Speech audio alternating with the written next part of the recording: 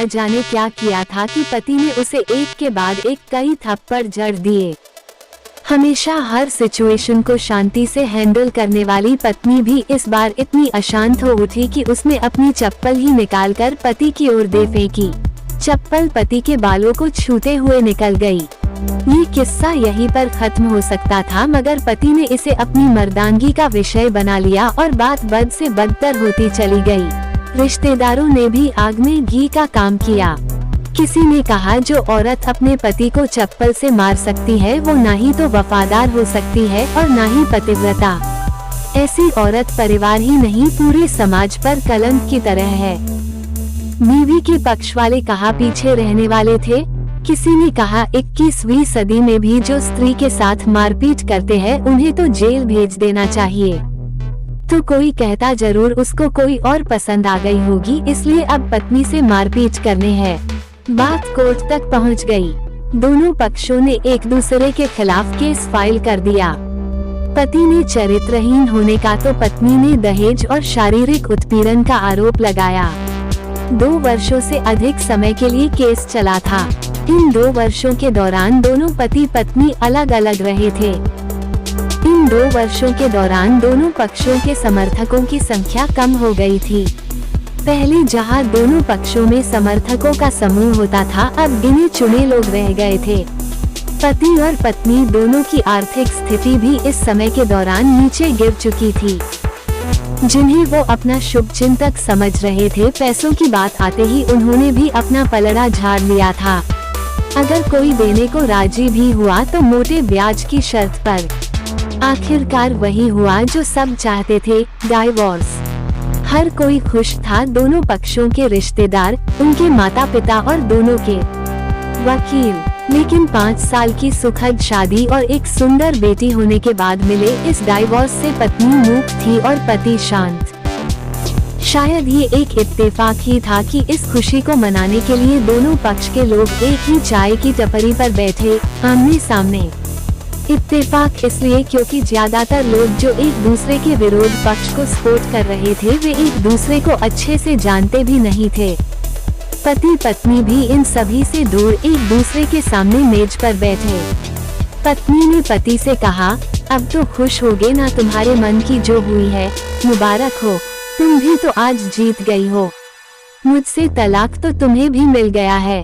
Congratulations to you too. पति ने कहा, तलाक को तुम जीत का प्रतीक समझते हो? पत्नी ने पूछा। पति चुप रहा। थोड़ी देर की शांति के बाद पति ने कहा, मुझे तुम्हें 5 लाख रुपए अभी और हर महीने 8,000 देने का आदेश है। अभी मेरे पास पैसे नहीं है, इसलिए हमारा मतलब मेरा जो सिटी में फ्लैट है उसे तुम्हारे नाम कर देता हूँ। पत्नी बोली, लेकिन उस फ्लैट की कीमत तो 18 लाख की है। हाँ, लेकिन हमारी बेटी तुम्हारे साथ है और आगे जाके उसके खर्चे भी बढ़ेंगे, तुम्हें थोड़ी आसानी होगी। पति ने कहा, नहीं नहीं, मुझे सिर्फ 5 लाख ही देना और तुम हर महीने 8,000 तो देने ही वाले हो, मैं मैनेज कर लूंगी। अगर 5 लाख नहीं है तब भी कोई बात नहीं, पत्नी बोली। दोनों फिर से शांत हो गए। पति सोचने लगा, कितनी भोली और समझदार है ये औरत जो कुछ समय पहले तक मेरी पत्नी थी और अब अनजान।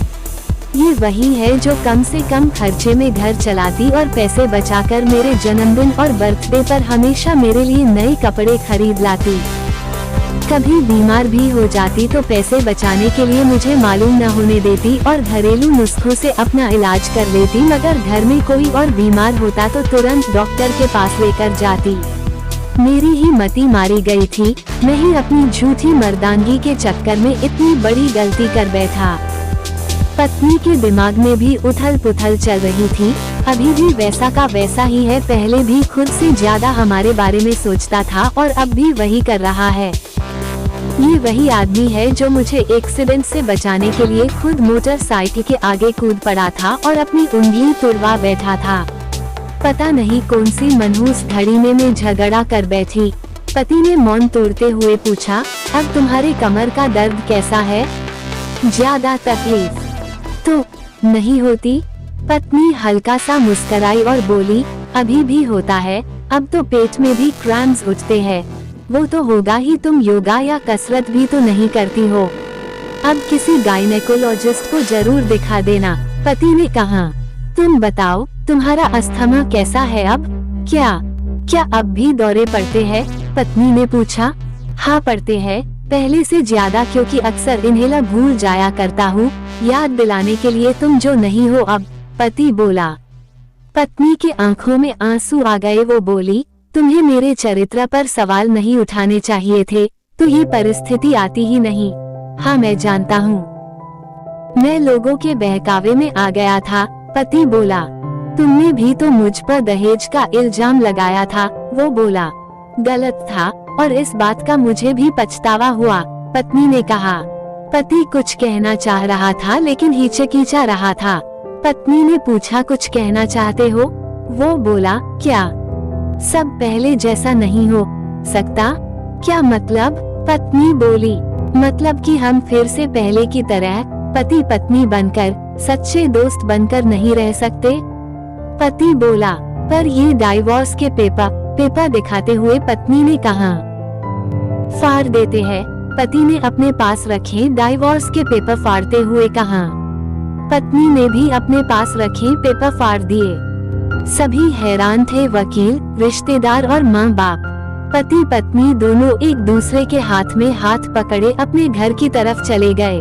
दोस्तों, ये कहानी उन हर पति पत्नी के लिए बड़ी सीख है जो छोटी छोटी बातों पर लड़ते हैं और इन झगड़ों को बड़ा बना के अलग होने का डिसीजन लेते हैं। प्यार और झगड़ा तो एक सिक्के के दो पहलुओं की तरह है, दोनों को स्वीकार करना होगा, तभी ये पवित्र रिश्ता उसकी मंजिल तक पहुंच पाएगा।